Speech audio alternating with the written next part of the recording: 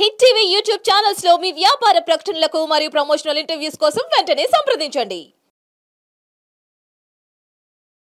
రమ్య గారు ఎప్పటిలాగానే వాళ్ళ సమస్యలు తెలియజేయడానికి ఒక కాలర్ లైన్ లో ఉన్నారు, వారితో మాట్లాడతాం. హలో హలో అమ్మ, నమస్తే అమ్మా. మీ పేరు? చంద్రిక. చంద్రిక. ఎక్కడి నుంచి మాట్లాడుతున్నారండి? కర్ణాటక నుంచి మేడం, తుమ్కూరు. ఓకేనండి, రమ్య గారు ఉన్నారు, మాట్లాడండి. అమ్మా చంద్రిక, ఏంటమ్మా నీ ప్రాబ్లం? మేడం, నాకు పెండ్లైన్ 10 సంవత్సరాలు అయ్యింది.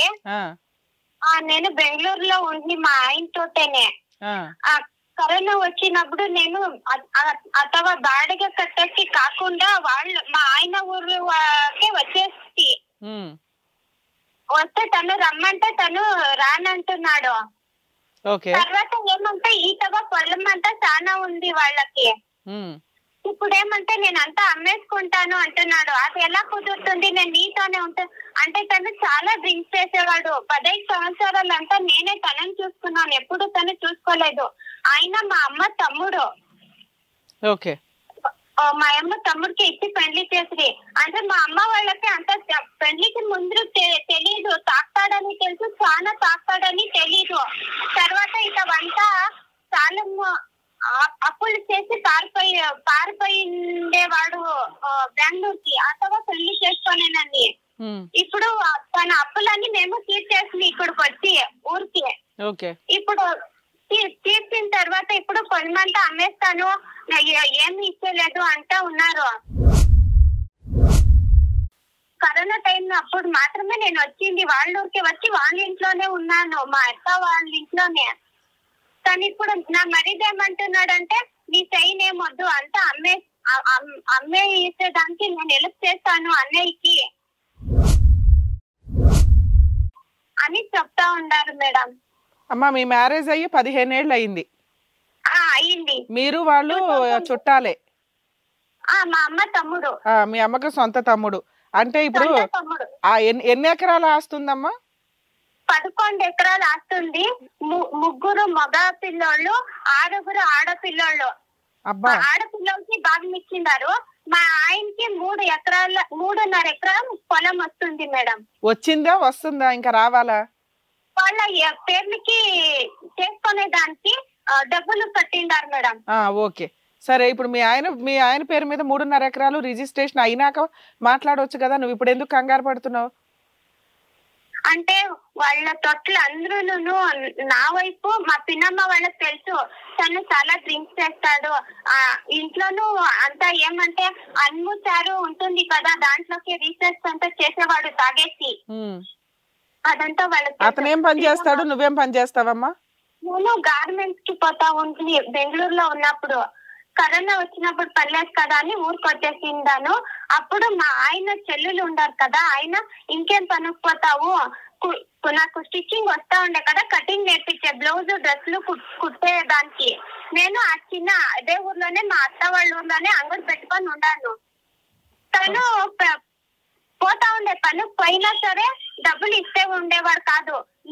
నేను డబ్బులు తీసుకొని వచ్చి బాడుగలు కట్టి రేషన్ అంతా తీసుకొని వచ్చి మిగిలిన డబ్బులు కూడా తీసుకొని వేసేవాడు తాగేదానికి. అంత తాగుతున్న అబ్బాయికి మీరు నిన్నెందుకు ఇచ్చి పెళ్లి చేశారమ్మా? చిన్నప్పటి నుంచి నీకు తెలిసినప్పటి నుంచి తాగుతున్నాడు. మీ అమ్మగారికి సొంత తమ్ముడు, అతని క్యారెక్టర్ తెలిసి నీ గొంతు ఎందుకు కోసింది మీ అమ్మ? మా అమ్మని అడిగితే అంటే వాడు ఫస్ట్ బాగానే ఉండే, తర్వాత ఇంత చెడిపోయాడని నాకు తెలీదు అని మా అమ్మ అంటుంది. అంటే మా చిన్నమ్మ వాళ్ళకి చిన్న మామ వాళ్ళకి అందరికి తెలుసు. మా మామని అడిగితే పెళ్ళప్పుడు చెప్పాలి కదా, ఇంత చెడిపోయిండే వాడికి ఎందుకు కట్టపెట్టారని అడిగితే నేనెందుకు చెప్పాలి అని అంటారు అందరూ. అంతేలేమ్మా. ఇప్పుడు యాక్చువల్ గా మీ అమ్మమ్మకి 3 కొడుకులు, 6 ఆడపిల్లలు. అంటే అందులో ఒక ఆడపిల్ల మీ అమ్మగారు, అవునా? రెండో ఆవిడ మీ అమ్మగారు. ఆవిడకి కూడా వాటా ఇచ్చారా, ఆస్తుల వాటా? ఓకే అమ్మా. ఇప్పుడు 3.5 ఎకరాలు మీ ఆయన పేరు మీద రిజిస్ట్రేషన్ అవుతుంది. మీకు ఎంతమంది పిల్లలమ్మా? పిల్లలు లేరు మేడం నాకు. ఎందుకని? ఎందుకని నేను చెక్ చేపించుకొని ఒక 2 సార్లు పోతున్నాయి. అంటే నాకేం ప్రాబ్లం లేదు, టాబ్లెట్ వేసుకోమని చెప్పి, కానీ దానికి డబ్బులు నేనే తీసుకురావాలి, మీ ఆయన తీసుకొని రమ్మని చెప్పి వాళ్ళు. కానీ తను ఎప్పుడు నీళ్ళ కంటే చాలా మందే తాగుతాడు. అదేలేమ్మా, ఎప్పుడు తాగే ఉంటాడు. హాస్పిటల్ ట్రీట్మెంట్లకు కానీ IVF-లకు కానీ వేటికన్నా డాక్టర్ దగ్గరికి వస్తేనే కదా తెలుస్తుంది ఎవరికి ఎంత ప్రాబ్లం ఉంది అనేది. మరి మిగతా వాళ్ళు, మీరు పెద్ద ఫ్యామిలీ కదమ్మా, మిగతా పిన్నులు పెద్దమ్మలు వాళ్ళు ఎవరు చెప్పట్లేదా? మా పిన్నమ్మల్ని నేను అడుగుతే, ఇట్లా వాడికి మీ పిల్లల్ని అయితే ఇలాగే ఇచ్చి చేస్తారా, ఇంత చనిపోయి ఉండేవాడు కదా వీడు, ఎట్లా చేస్తున్నాడు అడిగితే ఇప్పుడు ఎవరు మాతో మాట్లాడట్లేదు. మీ అమ్మమ్మ ఉన్నారా? అమ్మమ్మ కూడా లేరా? మా యవ్వను చనిపోయింది, మా తాతను చనిపోయిందాడు. ఓకే, ఇప్పుడు ఇతని గురించి మాట్లాడాలంటే ఆ ఇంట్లో ఉన్న పెద్దవాళ్ళు ఎవరు?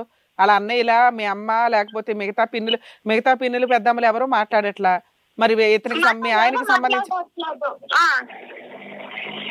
ఎవరు? ఒక ఆవిడ ఉంది, ఆవిడ బెంగళూరులో మా ఇంటి పక్కనే తన ఇల్లు కూడా ఉంది, మా పిన్నమ్మ. తను మాట్లాడొచ్చు, అయినా ఏమి మాకు మాట్లాడదు. ఏమి లేదు అంటుంది. అందరికీ తెలుసు, 15 ఏళ్ళు నేను తనని పోషించాను, తను ఎప్పుడు నన్ను పోషించలేదు.